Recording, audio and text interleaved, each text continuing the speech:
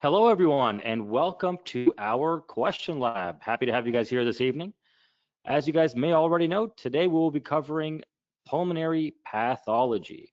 We've got some wonderful folks joining us today, and I want to introduce everybody, and we will start off by introducing our presenter this evening, Dr. Paras Vicaria. Thank you, Sean. Hey, everyone. Hope you guys are having a good afternoon. My name is Paras. I am a resident physician in dermatology at UT Southwestern here in Dallas, Texas.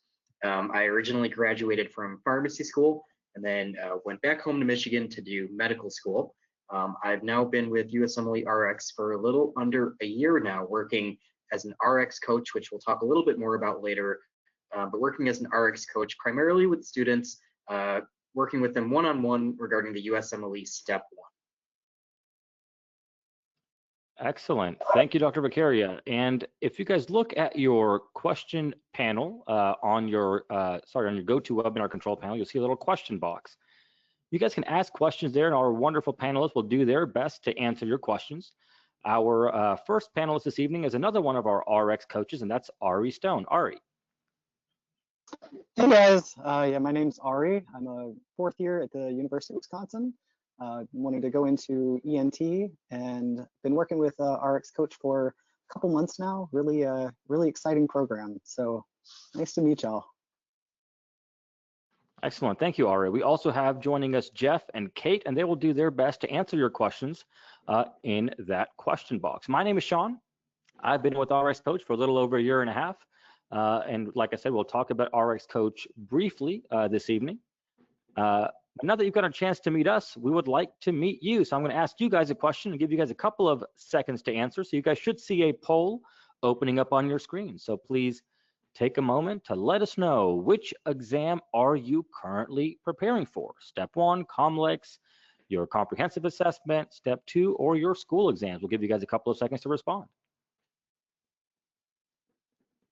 For those of you joining us for the first time, you will see this same type of box show up in the question lab throughout the evening tonight. As we do questions, you'll be able to select your response to those questions in a poll just like this. And it looks like you guys have responded, so let's take a look and see who is in the audience this evening. So it looks like we have a lot of people, 96% of you guys studying for Step 1, and a lot of you guys studying for your comprehensive exams as well as your in-school exams and Step 2. So we're happy to have you all here. And I think it's fair to say that pulmonary path will be on all of those. So we're happy you joined us, and we look forward to helping you learn this topic with us this evening as we dissect some questions.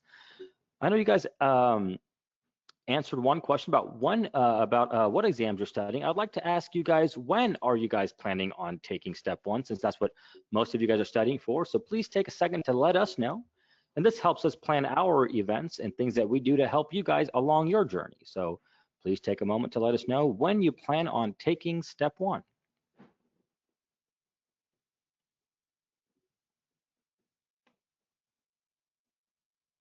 We'll give you guys a couple of more seconds to respond. And while you guys are doing that, please keep in mind that we do have a raffle at the end of the evening tonight, and 2 lucky winners will win access to some of our wonderful resources.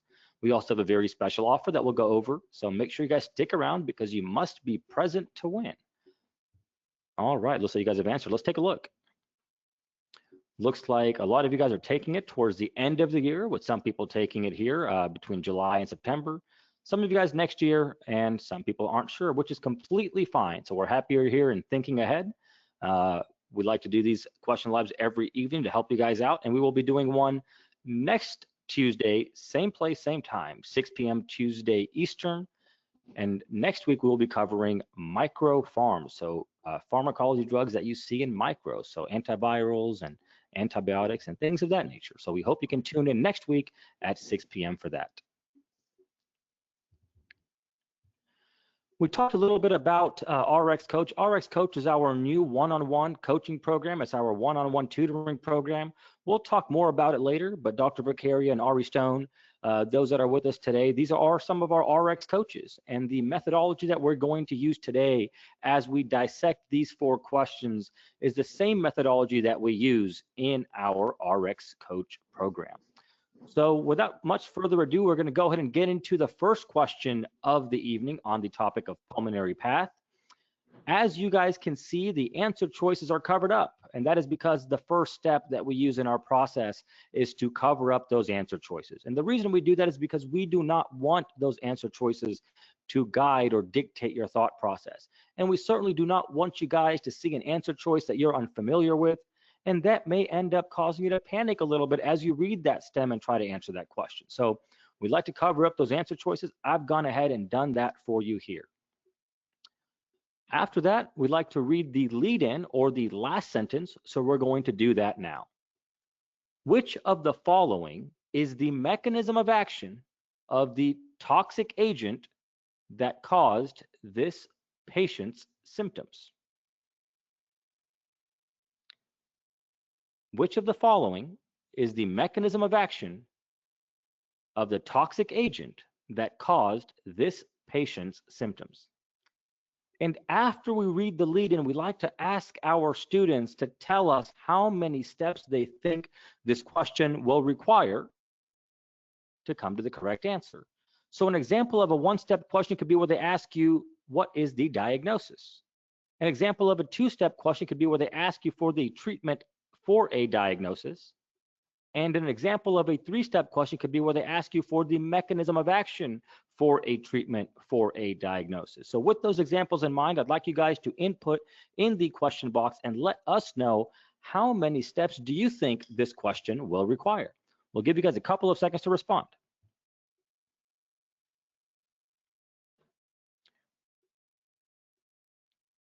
We'll see some people saying 2 steps and 3 steps. Oh, one of you guys are a new RX coach student as of today, so welcome. So Dr. Vicario will go over this with you here in a little bit. So thank you for your responses. After we read the lead-in, what we're going to do is read the question stem and that vignette together.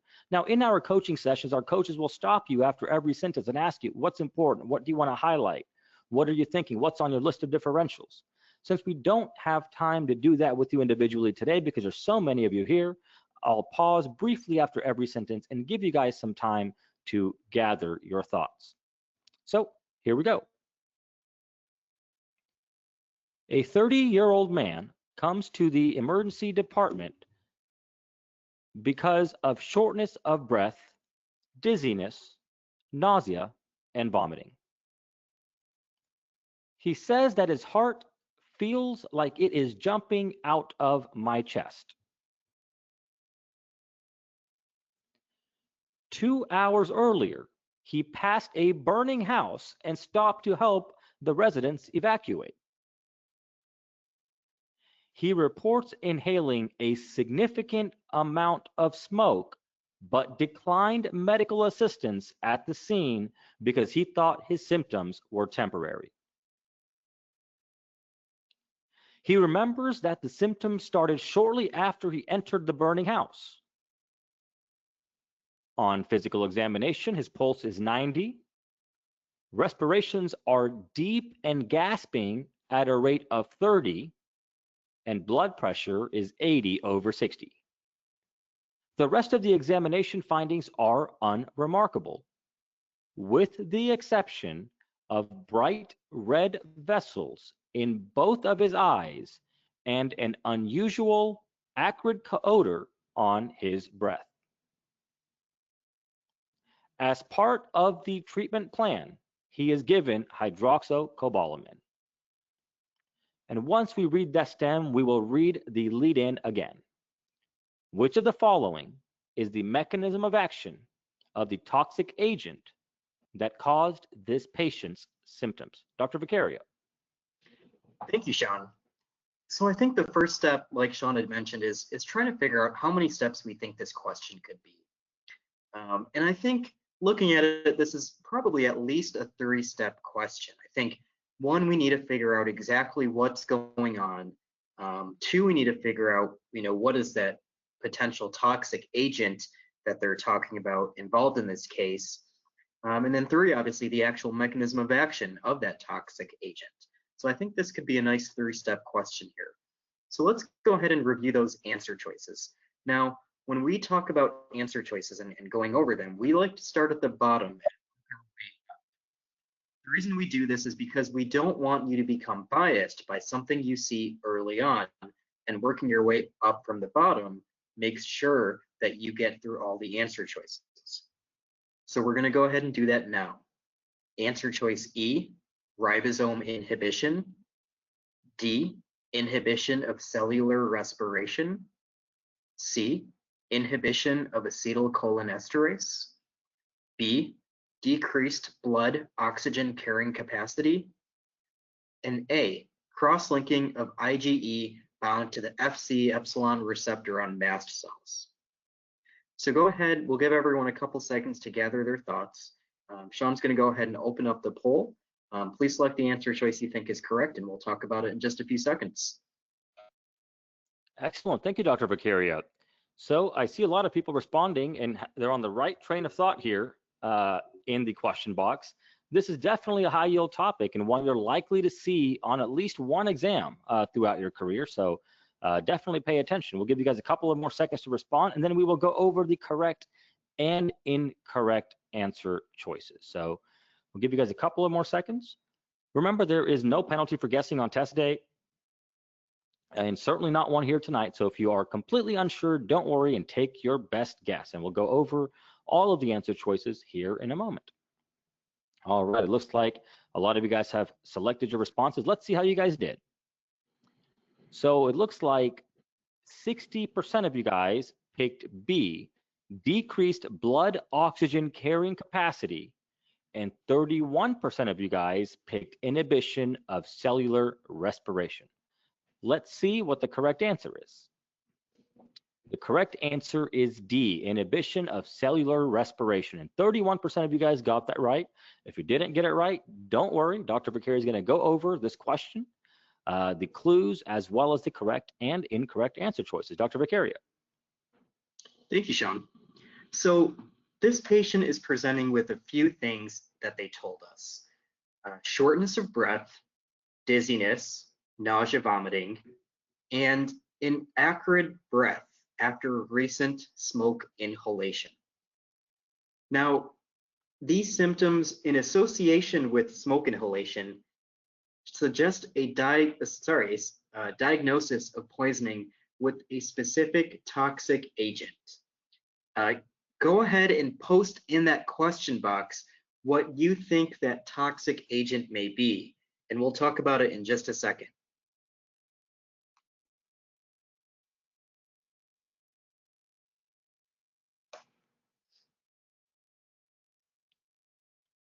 A lot of people are saying cyanide. Some people are saying carbon monoxide.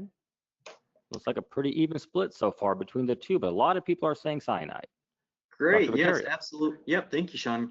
Great job, guys. Yep, this is actually cyanide. So with cyanide toxicity, you could see hypotension, tachypnea, and the thing that's kind of giving it away is the acrid smell on their breath, almost like bitter almonds. That's kind of what they're getting at. So as you can see there, there are some, some signs and symptoms of cyanide poisoning, and also, the most common cause of cyanide poisoning in industrialized countries is household fires, which is something that we saw going on in this patient as well. So the usual antidote for cyanide poisoning includes something that will directly bind cyanide, such as hydroxycobalamin, which is what they were given in this question. There are some other potential antidotes, including nitrites and sodium thiosulfate, as you can see listed there. So the tissues that get affected the most in cyanide poisoning are those with the highest oxygen demand, so the heart, brain, and liver. Now, you may be wondering, why is this not carbon monoxide? And let's kind of talk about that, because we have the nice table here, and that was also a very highly selected answer choice. So that was getting at answer choice B, or decreased blood oxygen carrying capacity. That's characteristic of carbon monoxide poisoning. So you can also get that with smoke inhalation, which is what we saw with this patient. Carbon monoxide poisoning results in low oxyhemoglobin saturation, decreased blood oxygen carrying capacity like we talked about, most patients will report things like headache, dizziness, nausea, which are also some things that this patient had. You may also have things like syncope or coma. The other thing is this patient may also have bright red venous blood, which is what they were getting at when they were talking about bright red vessels in both of the eyes.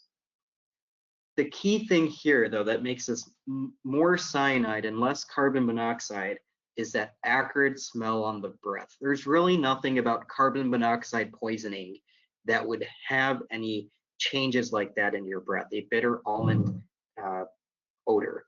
On top of that, you don't use hydroxycobalamin for reversing carbon monoxide overdose. That would be as listed there, 100% O2 or other types of oxygen.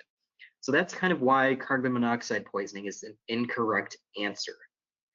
So let's talk about why the other answer choices are also incorrect. Ribosome inhibition. Now this is associated with ricin poisoning, and that presents pretty differently. Fever, itchy eyes, congestion, and you would have an exposure to castor plants, which is not something that we have in this question. We talked about why answer choice D is the correct answer in this question. Let's talk about C, inhibition of acetylcholinesterase. So this is referring to sarin gas, and this irreversibly inhibits acetylcholinesterase. So you get an overload of acetylcholine at your synapses. So thus the body is in a pretty parasympathetic overloaded state, which is not what we're seeing in this patient. We talked about why answer choice B is incorrect, and that's characteristic of carbon monoxide poisoning.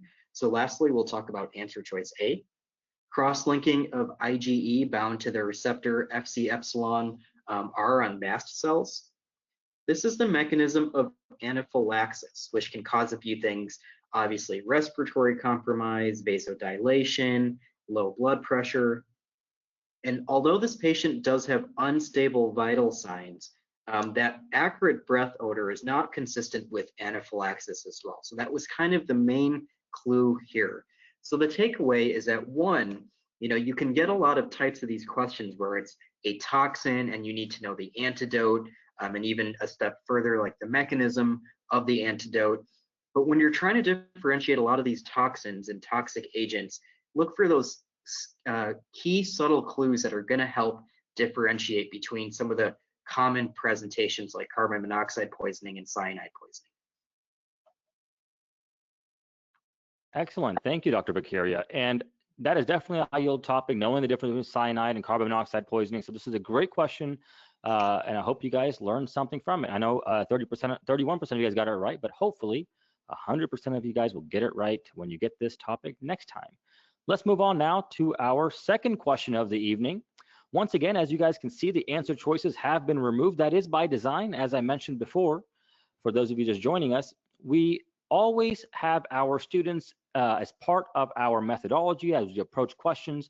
The first step is to cover up the answer choices. The reason for that is because we do not want those answer choices to dictate your thought process, and we don't want you to see an answer choice that you're unfamiliar with and then end up panicking as a result. So I've covered them up for you here. After that, we will read the lead-in or the last sentence together. Which of the following is the most likely underlying etiology for this patient's symptoms? And once we read that lead-in together, we ask our students, how many steps do you think this question will take to answer correctly? So I'll give you guys a couple of seconds to respond in the question box and let us know how many steps do you think this question will require. I'll give you guys a couple of seconds to respond. So we see a lot of people saying 2 steps, some people saying 1 step. And once again, Dr. Beccaria will go over those steps with you here in a moment. So once we read the lead-in, we like to read the vignette together. And of course, in our coaching session, we will stop you after every sentence to make sure you're picking up on all of the relevant clues and have a good thought process. We can't do that with you individually, so I will stop after every sentence to give you guys a moment to gather your thoughts. Because as you guys know, these test taking skills are very important on test day. Yes, you need to know the material, but you also need to know how to apply it. So here we go. A 55-year-old Caucasian male who has been a heavy cigarette smoker since he was 18 years old and has a nearly 60-pack year history presents to the emergency department with severe left flank pain that radiates to the groin. He reports that the pain has been occurring intermittently for the last month, but has progressively worsened in the past 2 days. The patient also reports constipation within this same time frame, as well as a 10-pound weight loss that he attributes to a lack of appetite. His daughter is worried that he might be depressed. On physical examination, the patient is observed to have a productive cough. X-ray of the chest reveals a large hilar mass with signs of cavitation. Serum angiotensin converting enzyme level is 18, and you have the reference range provided for you there as well. Which of the following is the most likely underlying etiology for this patient's symptoms? Dr. Beccaria. Thank you, Sean. So I think, once again, let's talk about how many steps we think this question could be. I think this could likely be a two-step question. First, figuring out, what is going on with this patient. And then two, maybe trying to place that into a bigger picture of the actual etiology, what's causing those constellation of symptoms. So I think this could be a two-step question here as we come to find out. So let's go ahead with those answer choices. And once again, we'll start at the bottom and work our way up. Answer choice E, squamous cell carcinoma of the lung. D, small cell lung carcinoma. C, sarcoidosis. B, carcinoid syndrome. And A, adenocarcinoma of the lung. So we'll give everyone a few seconds again to gather your thoughts. Go ahead and select the answer choice that you think is a correct answer to this question, and we will talk about it in just a few seconds. Excellent. Thank you, Dr. Beccaria. So we'll give you guys a couple of seconds to select your response. As you guys can see, these are 5 high-yield pathologies here, and Dr. Beccaria will go over all of them with you to show you which one is the correct and incorrect answer. We'll give you guys a few more seconds to respond, and then we will see how you guys did.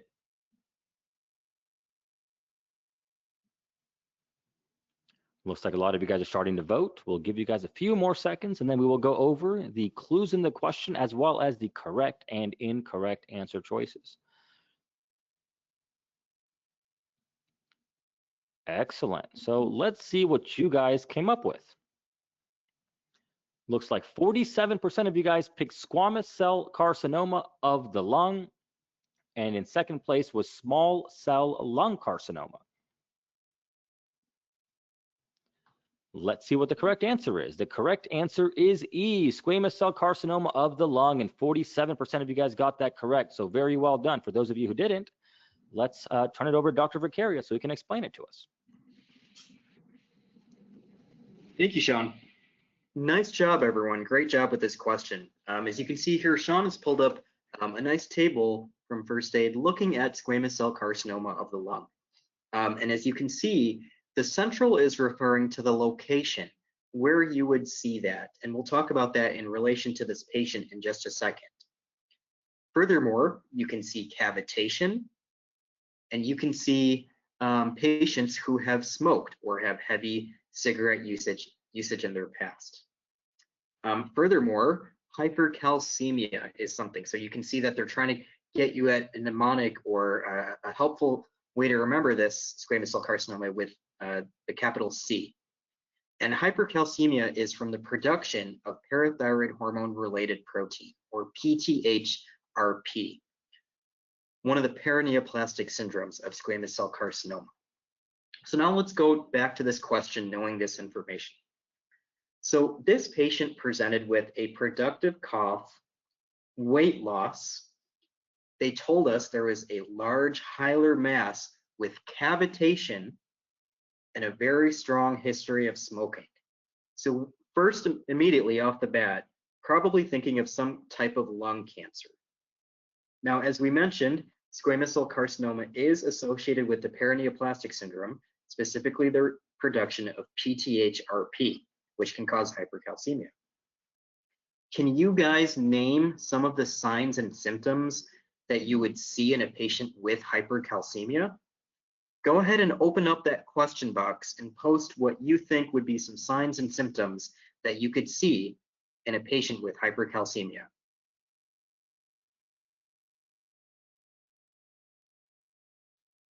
So far we got constipation, tetany,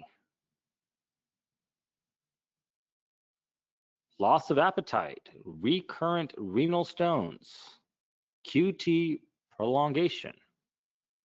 Dr. Beccaria.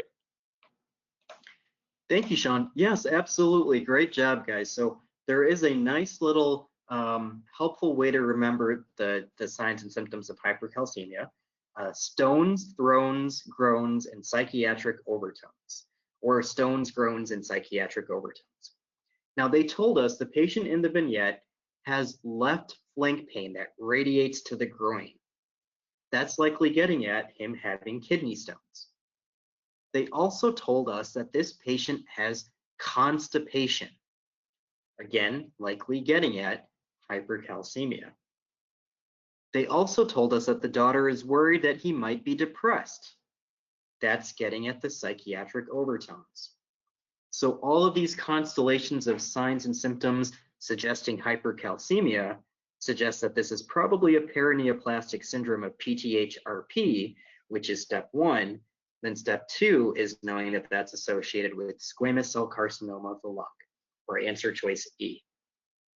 So let's talk about why the other answer choices are incorrect. D, small cell lung carcinoma. So this is also a centrally located cancer associated with smoking, and it can also present with paraneoplastic syndromes. However, these are more the ectopic production of ADH or SIADH, as well as adrenocorticotropic hormone or ACTH. Now those present a little differently. SIADH, you have hyponatremia. ACTH, you would have a Cushing-like syndrome. So a much different presentation than what we're seeing here.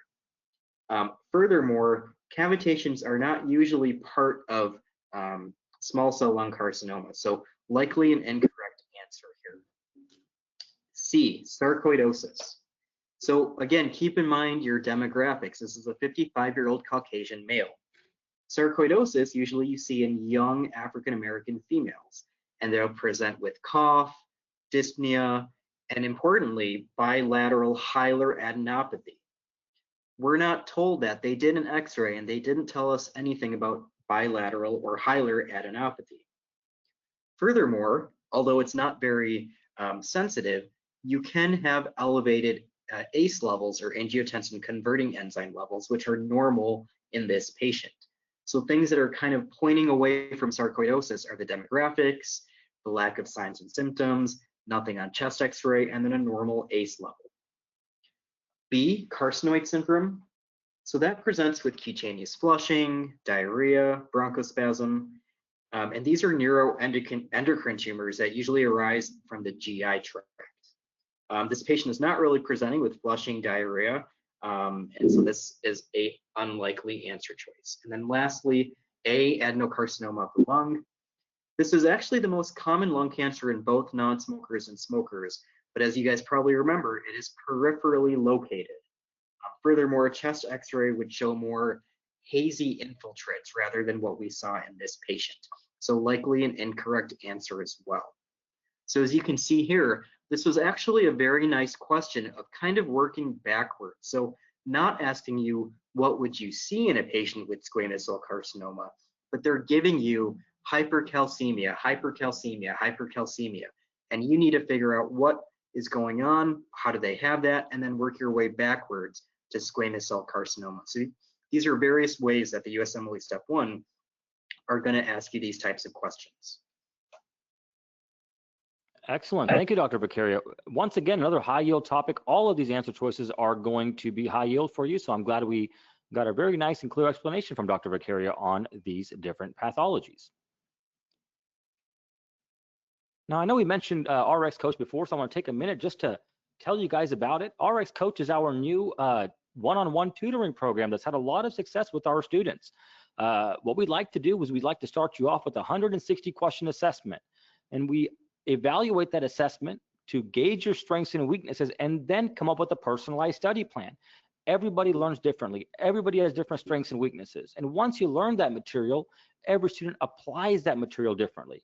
So by working with the coach and having a personalized approach, we can not only work on your content and give you a good foundation of knowledge, we can also work on those test taking skills to really help you maximize your potential on test day. We have highly trained RX certified tutors. You've met two of them today, Dr. Beccaria and of course, Ari Stone. And now all of our packages do include access to RX 360 Plus, which was the RX 360 we had before, which includes our question bank, our express videos, and our flash facts, as well as RX bricks, which is now combined to RX 360 Plus. And I'll show you guys a brick later on this evening. Here's a nice little testimonial from one of our students. I'll read it for you. I'm very impressed with this Scholar RX program. I reached out after feeling very discouraged after scoring low on practice exams. I was matched with my coach who immediately helped me identify strengths and weaknesses. The sessions are not lectures. They are one-on-one interactive sessions. My coach and I worked through practice questions together. He asked me questions and made me think out loud in order to understand my thought process. When I was completely stuck, he would teach me the concept. However, he made me work for the answers by really getting me to think through the problem. This was a perfect strategy for my learning style. It was helpful to identify why I was missing certain questions. He also taught me test-taking strategies and encouraged me throughout the entire process. I raised my score over 35 points from my diagnostic practice test to my Step 1 score. I would like to thank my coach for encouraging me, helping to identify my weaknesses, teaching test-taking strategies, and giving me the confidence needed to do well on Step 1. I would highly recommend this program to anyone needing a tutor. So if you would like to take her advice and be a part of one of our success stories, please visit us at rx-coach.com, where you can schedule a free consultation to learn more about our program and how it can benefit you. So you can set up the consultation to discuss RX Coach and see how it can help you along your journey. If you want some generalized study advice, some excellent blog posts, or a free study planner, please visit us at firstaidteam.com. And with that, we will move on now to our third question of the evening. Once again, make sure you stick around until the end, because at the end we have a raffle and two lucky winners are going to win a prize, and we have a very special offer for you as well, but you must be present to win. So make sure you stick around until the very end. Once again, as you guys can see, the answer choices are covered up. That is by design. And now we will read the lead-in together. What other finding did the physician likely observe before insertion of the large bore needle? What other finding did the physician likely observe before insertion of the large bore needle?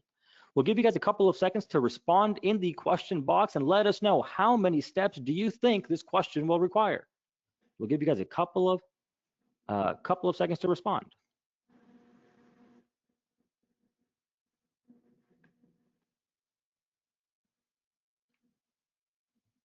Excellent. We have some great responses. And once again, Dr. Beccaria will go over how many steps this question will require here in a moment. And now we will read the lead-in. We've already read the lead-in. Sorry, we'll read the STEM together. A 19-year-old college student is involved in a motor vehicle accident and experiences chest pain and shortness of breath immediately afterward. Paramedics assess his vital signs at the scene. His pulse is 130 and respirations are 30. They also notice that his breath sounds are diminished on the right side and that his trachea is deviated to the left. After transport to the emergency department, the patient's mental status deteriorates rapidly. The physician immediately places a large bore needle in the second right intercostal space in the mid-clavicular line. A chest x-ray is shown. And we'll give you guys a couple of seconds to take a look at that x-ray.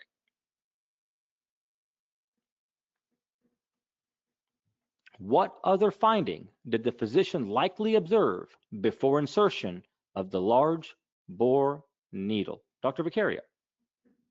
Thank you, Sean.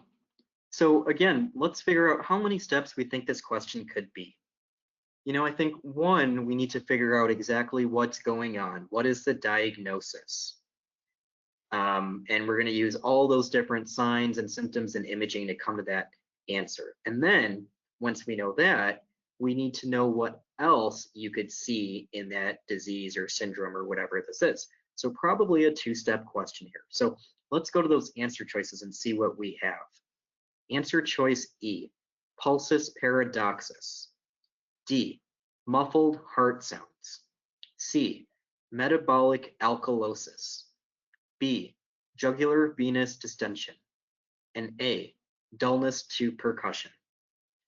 So once again, we'll give everyone a few seconds to gather your thoughts, look at that image, go ahead and select the answer choice you think is correct, and we'll talk about it in just a few seconds. Excellent. Thank you, Dr. Beccaria.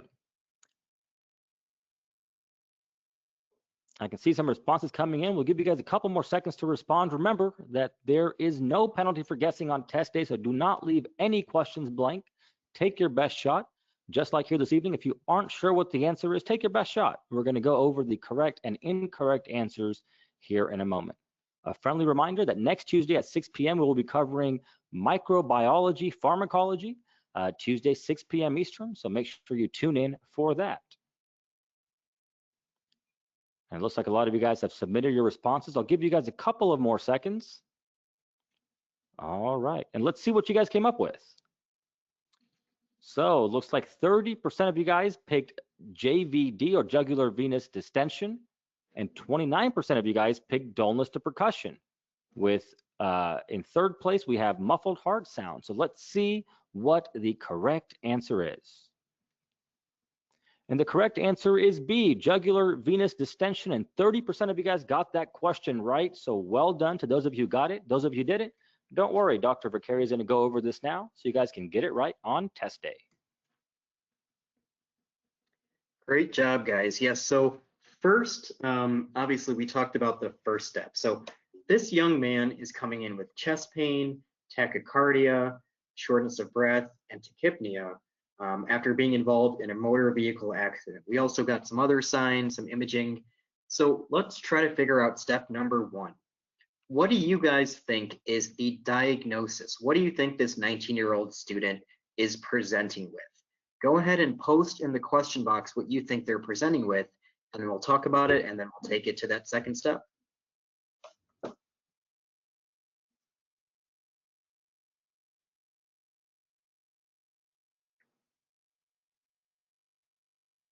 We have a lot of people saying pneumothorax, but what kind of pneumothorax? We have some people saying tension pneumothorax, Dr. Beccaria.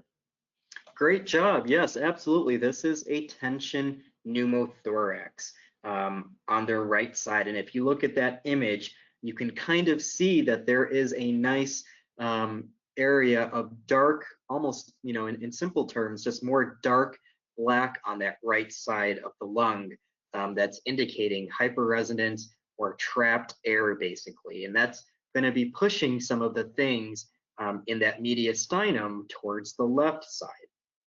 So a key point that Sean brought up is that there's various types of pneumothorax. And I think there's actually a nice table that Sean had pulled up on the various types of pneumothoraces. So in this specific instance, we are dealing with a tension pneumothorax. So likely from trauma in this situation. So Air is entering the pleural space, but it's not exiting. So you're having more trapped air. Your trachea can deviate away from the affected lung, and it can lead to increased intrathoracic pressure. Because of that, you can get mediastinal displacement that leads to decreased venous return and decreased cardiac output. Okay, and as this physician in this case did, immediate needle decompression is what they did to help resolve the tension pneumothorax. So let's go back to this question. So in this patient, as we mentioned, there is going to be increased intrathoracic pressure, and you're having air trapped in that pleural space. So this trapped air also compresses the superior vena cava. That causes increased venous pressure and jugular venous distension, which is why answer choice B is a correct answer. As we talked about already, the increased thoracic pressure leads to a decrease in venous return and decreased cardiac output, which is why these patients can be hypotensive. On top of that, you can get altered mental status because of decreased blood flow to the brain. So when you have clinical features of a tension pneumothorax, you actually don't necessarily need a chest x-ray, because that'll take time to obtain the chest x-ray, and you immediately want to, basically stick a needle in there and get that air out. However, in this case, they did show us a chest x-ray that helped us with that diagnosis. So let's talk about why the other answer choices are incorrect. Answer choice E, pulsus paradoxus.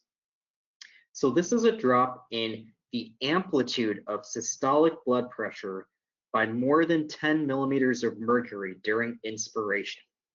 You can see it in a few things such as cardiac tamponade and asthma, and a couple other things as well. Now, a patient with any one of those conditions that cause pulsus paradoxus would not have diminished breath sounds like we saw in this patient. So there is something else going on outside of something that would cause pulsus paradoxus. Answer choice D, muffled heart sounds. So this is also getting at a patient with cardiac tamponade. So this is caused by an injury that leads to hemorrhage into the pericardium. Again, a patient with cardiac tamponade would not have decreased breath sounds, and we may also see some additional findings on chest x-ray that show an increase in size of the heart, basically. C, metabolic alkalosis. So this patient, as they told us, is tachypnic. The respirations are 30 per minute. So this patient, if anything, would have a respiratory alkalosis because they're breathing out more CO2, not a metabolic alkalosis. So this is an incorrect answer as well. We talked about why B is the correct answer, so let's talk about A, dullness to percussion. So given the findings on chest x-ray, you would expect to have hyperresonance on physical exam, not dullness to percussion. Dullness to percussion is something that you would see with an infiltrate or consolidation like pneumonia, or someone who has a hemothorax, which is something you may have thought this patient was developing, which is when you have blood accumulating in the lung. However, we would see that on imaging. And furthermore, we're seeing more hyperresonance here and signs of a pneumothorax, which indicates this is not a hemothorax. So a key differentiator there. So the takeaway from this question is using all of your clues and all of your imaging to try to come to the most specific diagnosis, not just pneumothorax, but the type of pneumothorax and what other clinical signs and findings you can see in these conditions. Excellent. Thank you, Dr. Vicario. And I can tell you from personal experience, having a pneumothorax is no fun. So if you have a patient with it, make sure you're diagnosed and treated as soon as you can. Those patients will be in some serious pain. And with that, we will move on to our last question of the evening. Make sure you guys stick around until the very end so Jeff can do his raffle, and hopefully you will win. So 2 people will win and be lucky this evening. And we also have a very special offer for you guys. So make sure you stick around until the very end because you must be present to win. And with that, let's do our last question of the evening. As you guys can see, the answer choices are already covered up. I went ahead and done that for you, and we will read the lead-in together. In addition to standard precautions, which of the following should be used with this patient? In addition to standard precautions, which of the following should be used with this patient? We'll give you guys a couple of seconds to respond and let us know how many steps you think this question will require. I'll give you guys a couple of seconds to respond, and then we will read the question stem together. We see a lot of people saying 2 steps, some people saying 3 steps. Excellent. And Dr. Vicario will go over that with you here momentarily. So now that we've read the lead-in together, let's read the question stem. A 34-year-old man who is HIV positive comes to the emergency department because of fever, cough productive of sputum, hemoptysis, and malaise. He has never taken antiretroviral therapy before and denies any history of any recent infections. His current CD4 count is 500, and HIV-1 RNA copies by PCR is 10,000, performed a month ago. His temperature is 101 degrees Fahrenheit or 38.3 Celsius. Blood pressure is 110/60. Pulse is 104, and respiratory rate is 21. On examination, he appears to be in moderate distress, and needle track marks are present on both sides of his forearms. Chest X-ray reveals infiltrates in the left middle lobe, and acid-fast staining shows rod-shaped bacilli under microscopy. In addition to standard precautions, which of the following should be used with this patient? Dr. Vicario. Thank you, Sean. So once again, let's try to figure out how many steps we think this question is. So 1, we need to figure out what's going on in this patient. And then 2, if you know, what kind of precautions are needed with the diagnosis, this could be a 2-step question, but, let's say you didn't, and, you just needed to know the pathophysiology of maybe what's going on in this question, this diagnosis, and then using that knowledge of the pathophysiology or the transmissibility to determine what kind of precautions the patient should be on. So this could either be a 2 or 3-step question. So let's look at those answer choices. Answer choice E, wear a surgical mask when within 3 feet of the patient. D, set positive pressure in the patient room. C, place the patient in a negative pressure room. B, dispose of used needles promptly. A, admit the patient in a private room. So go ahead, we'll give everyone a couple seconds again to gather your thoughts. Go ahead and select an answer choice, and we'll talk about it in just a few seconds. Excellent. Thank you, Dr. Vicario. You guys have probably seen some of these answer choices on the news related to the coronavirus. So a nice relevant topic for us to review here this evening. I'll give you guys a couple more seconds to respond. Once again, if you don't know what the answer is, feel free to take your best guess and make sure you stick around for the raffle later on this evening. A friendly reminder, next week we will be covering microbiology pharmacology. So make sure you tune in next Tuesday at 6 p.m. for some bugs and drugs. All right, looks like a lot of you guys have responded. We'll give you guys a couple more seconds and let's see what you guys came up with. 41% of you guys picked answer choice C, place the patient in a negative pressure room, and in second place was answer choice A, admit the patient in a private room. Let's see what the correct answer is. And the correct answer is C, place the patient in a negative pressure room. So 41% of you guys got that correct. Well done. And Dr. Vicario will take it from here. Thank you, Sean. So nice job with this question as well. So this patient has a productive cough, hemoptysis, fever, and is HIV positive. So these are all things that are suggesting a specific infection. And then they told us further that acid-fast staining shows rod-shaped bacilli. The chest x-ray also shows infiltrates in the left middle lobe. So this is likely consistent with tuberculosis. Tuberculosis infection warrants airborne precautions, definitely. So that includes placing the patient in a negative pressure room. So it's important with these types of infections that hygiene and precautions help to prevent the transmission. And specifically, these patients require additional aerosol precautions so that we help to prevent the inhalation of such airborne pathogens like Mycobacterium tuberculosis. So for this patient, we'd want to place the patient in an airborne infection isolation room, use N95 respirator masks, things like that.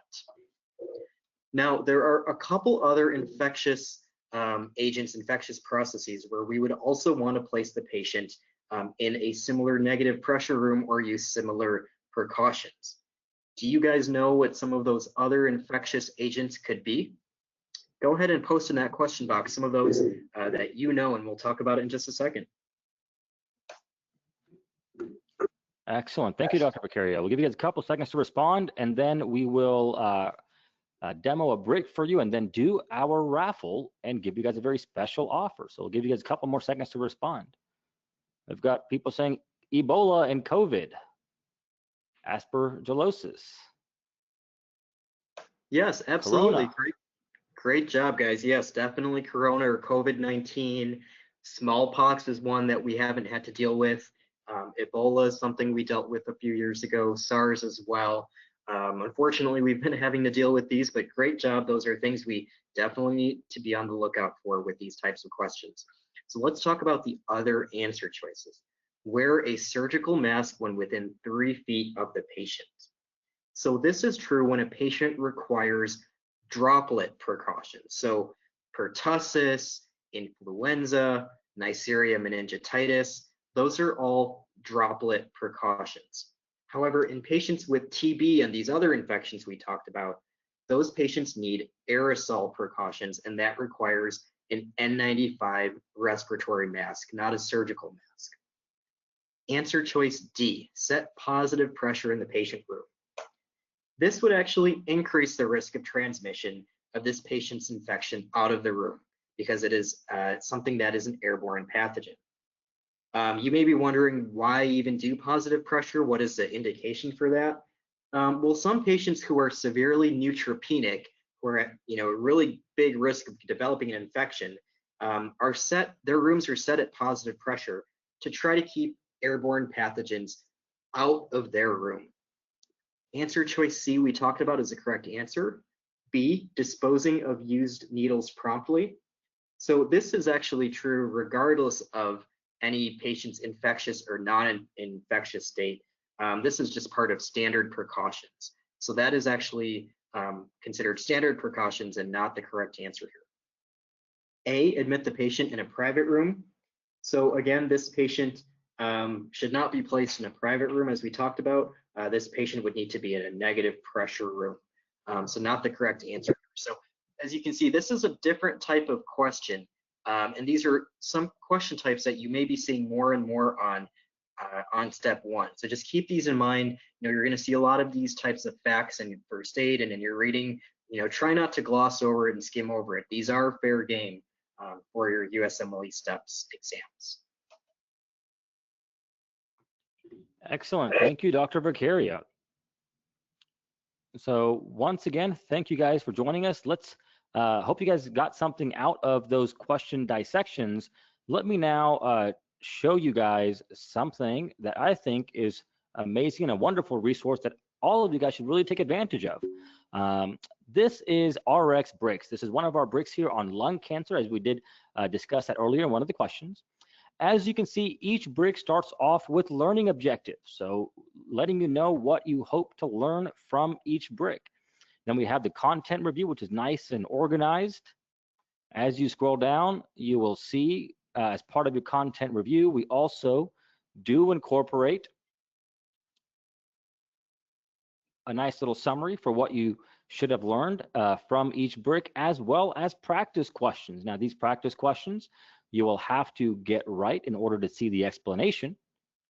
And once you do that, you can scroll down and review those learning objectives and mark off the ones that you feel like you are confident with. One of the best parts, one of my favorite parts about each brick is the fact that it helps you stay really organized, right? When you're studying something, you don't have to flip back and forth between resources. It's all right here. You want to go deeper in first aid? Wonderful. Click on it here. It'll take you right there. You want to go to flash facts? You can go to flash facts. You want some more explanations and watch a video on the topic? We got 2 videos here totaling 28 minutes. Then if you want to practice your knowledge, you can go right into QMAX. So it's a great way to stay organized and really learn, review, and practice your knowledge on these various subjects. So if you haven't taken a look at RX 360 Plus, we really encourage you to sign up for a free trial. Take a look at, take a look at these videos, these flashbacks, these questions, and we even have some sample bricks for you guys to take a look at. So we encourage you all to take a look and see what so many students are raving about. All right.